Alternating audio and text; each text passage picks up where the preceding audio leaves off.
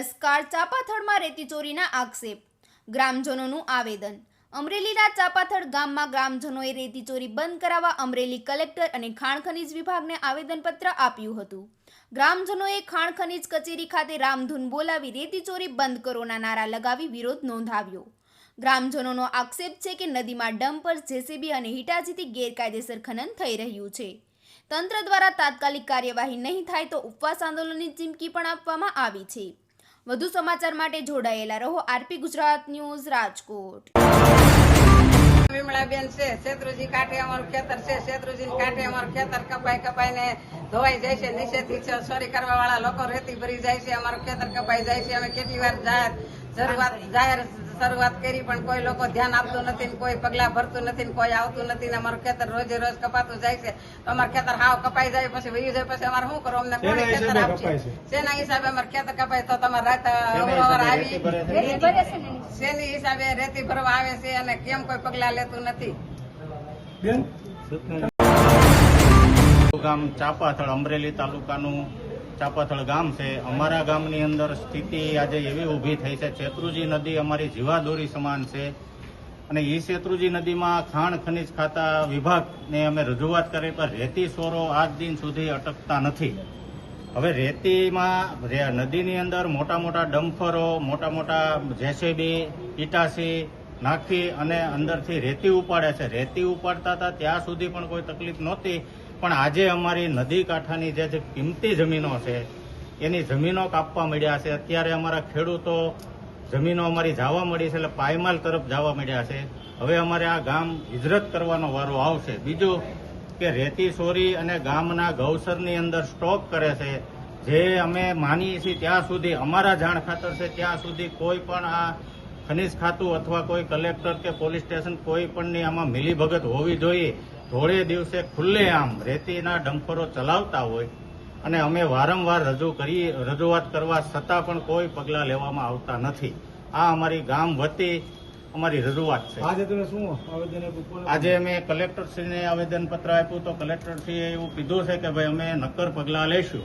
પછી ત્યાંથી અમે આ ખાણ ખનીજ વિભાગમાં આવેદનપત્ર દેવા આવ્યા છીએ તો સાહેબે અમને આશ્વાસન આપ્યું છે. હવે અમે જોઈએ છીએ કે કેટલા દિવસમાં આ વસ્તુ બંધ થાય છે. જો આ વસ્તુ બંધ નહીં થાય તો અમે દિન 7માં અહીંયા મામલતદાર કચેરી આગળ ઉપવાસ કરીશું, જન આંદોલન કરીશું. એ જવાબદારી, એમાં કોઈ પણ વસ્તુ થશે તો એ પ્રશાસનની જવાબદારી રહેશે. રેતી ન થાય છે, એનો કોઈ સોલ્યુશન આવતું નથી અને બે ફાર્મ ડમ્પરો હાલે છે.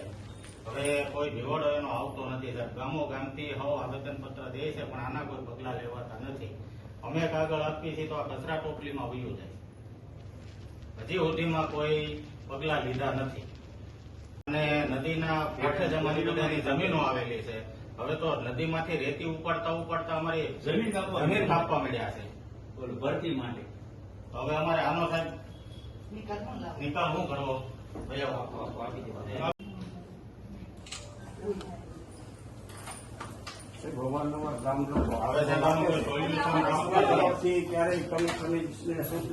ચૌદ લોડરો અને 8 જેસીબી ગામની અંદરથી ભાગ્યા. સરપંચ ને પોતે નદીમાં આવ્યા, ખાણ ખરીદને બોલાવ્યું, ત્યાંથી લોકો ભાગી. કોણ છે આ લોકો? કોણ છે? તમે એના નંબર વગેરે લઈ લો, અમે આરટીઓ કોલ કરી કોલ કરીએ છીએ ને તો એ પેલા તો લોકો ભાગી જાય છે તો બધી મિલીભગત જ ચાલે છે. અને ગામમાં રેતી સીઝ કરી ગયા, જથ્થો પીડ્યો તો સરકારી મિલકત સીઝ કરતા હોય એ સરકાર અને અમારે સ્કૂલ પાદરમાં છે છોકરાઓનો રાતા અસોડા ગાડી છે ને જીવી અસોડા માથે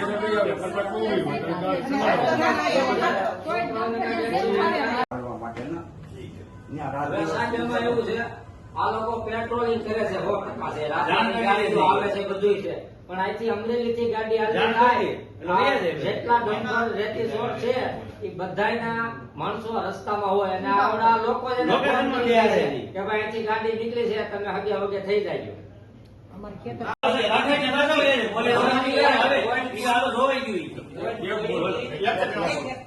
તોડી હતી ને તો પાછા કીધું ગાડી હોતે આવી. અમે ત્યાં ઉભા છે કે નદી માટો મારીને પાછા સડી ગયા એમને. અને સરનામું કરવા ય ન તમને બતાવી કે ત્યાં નથી. અરે પણ અમે ઉભા છીએ ને ભર્યા છે ને તમે ક્યાં નથી એમ. સરનામું કરવા નથી આવતા. ટૂંકમાં બધે બીજી પદ્ધતિ કામ ચાલે છે. પ્રાઇવેટમાં અમે આવીએ છીએ, અમારા ઉપર હુમલા થાય છે, અમારી ગાડી ઉપર ચડાવે જો છે. તમારી ઉપર સાહેબ હુમલા થતા હોય તો સમજાય? અમારી આખો ઉપર- વસ્તુ હા, હા. તમે સમજો હા. સમજો અમે આવીએ જ છીએ, એવું નથી. હવે પ્રાઇવેટમાં અમે ચેકિંગ કલેક્ટર સાહેબની પરવાનગી લઈ પ્રાઇવેટમાં ચેકિંગ વધારીએ. બાકી અમારી 24 કલાક એક્ટિવ ફિલ્ડમાં હોય જ છે. અમારે અવારનવાર જેની ફરિયાદો આવતી હોય છે, આંબા છે, જીરા છે, હરભરા છે, ચાપા છે, આખો પટ્ટો, પછી રાજુલા બાજુ છે, આમ બાબરા છે, તો ફરિયાદ આવતી હોય અમારી ગાડી 24 કલાક એક અને છોકરાઓ ભણવા જાય જેમ ફાવે એમ રમવા લાગે છે. અમારી નિશાળ બાજુમાં સંકુલ રોડ ઉપર. ભણવા જતા હોય છોકરાઓ આ નિશાળ અરે એમને ડ્રાઈવરો કહે. એમની કોને બીજું આપે? તમને કહું, કાલે મીડિયા વાળાએ ફતેપુર અને ચાંપાથળમાં રેતીનો સ્ટોક સીઝ કર્યો હા. તો રાતમાં બધી ભરાઈ FIR કરતી આપણે. બધી ભરાઈ ગઈ. કાયદેસર 8 ડમ્પર ઠલવેલ હતા. બીજું સાહેબ અમારે અમારો આ સાંભળો તમે સાહેબ કંઈક લેવડ દેવડ ઓછી કરી પણ અમને ચોખ્ખું કહે છે કે ભાઈ હપ્તા દઈએ છે, હપ્તા દઈએ છે, તમારે જ્યાં કિલો મારવો હોય ત્યાં મારી દેજો એ સાહેબ. કહેતા હોય ને એને મારી રૂબરૂ લેતા હો, સમજણ? કોણ માલિક છે એ ખબર ન હોય.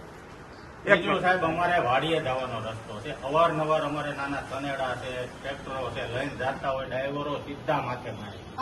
બીજા નંબરમાં નદી ખોદે ત્યાં સુધી અમને કાંઈ વાંધો નથી. અમે અમારા નદીની જમીનો કાંઠાની ખોદવા મોટી તકલીફ અમને અહીંયા છે. થોડુંક પેટ્રોલિંગ ને થોડુંક તમે સપોર્ટ કરશો, અમારા પૂરેપૂરો સપોર્ટ છે. પ્રાઇવેટમાં હવે આવશે. તમારે પણ ખબર છે અમારી સરકારી ગાડીને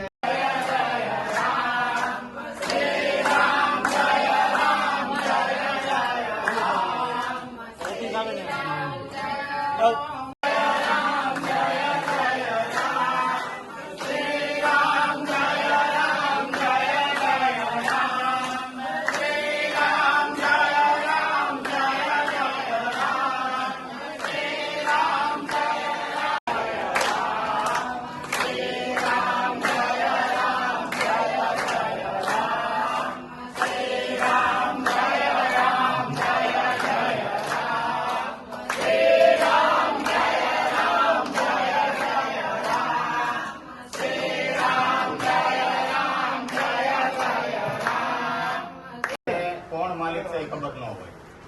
બીજું સાહેબ અમારે વાડીએ જવાનો રસ્તો છે, અવારનવાર અમારે નાના તનેડા છે, ટ્રેક્ટરો છે, લઈને જતા હોય ડ્રાઈવરો સીધા માથે મારે. બીજા નંબરમાં નદી ખોદે ત્યાં સુધી અમને કાંઈ વાંધો નથી. અમે અમારા નદીની જમીનો કાંઠાની ખોદવા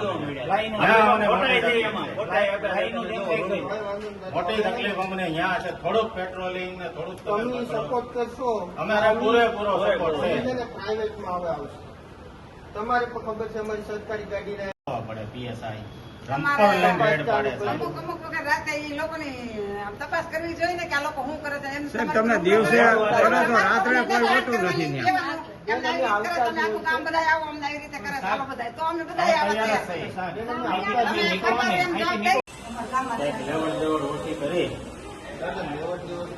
પણ અમને ચોખ્ખું કહે છે કે ભાઈ હપ્તા દઈએ છે, હપ્તા દઈએ છે, તમારે જ્યાં કિલો મારવો હોય ત્યાં મારી દેજો એ સાહેબ. કહેતા હોય ને એને મારી રૂબરૂ લેતા હો, સમજણ? Audio Jungle.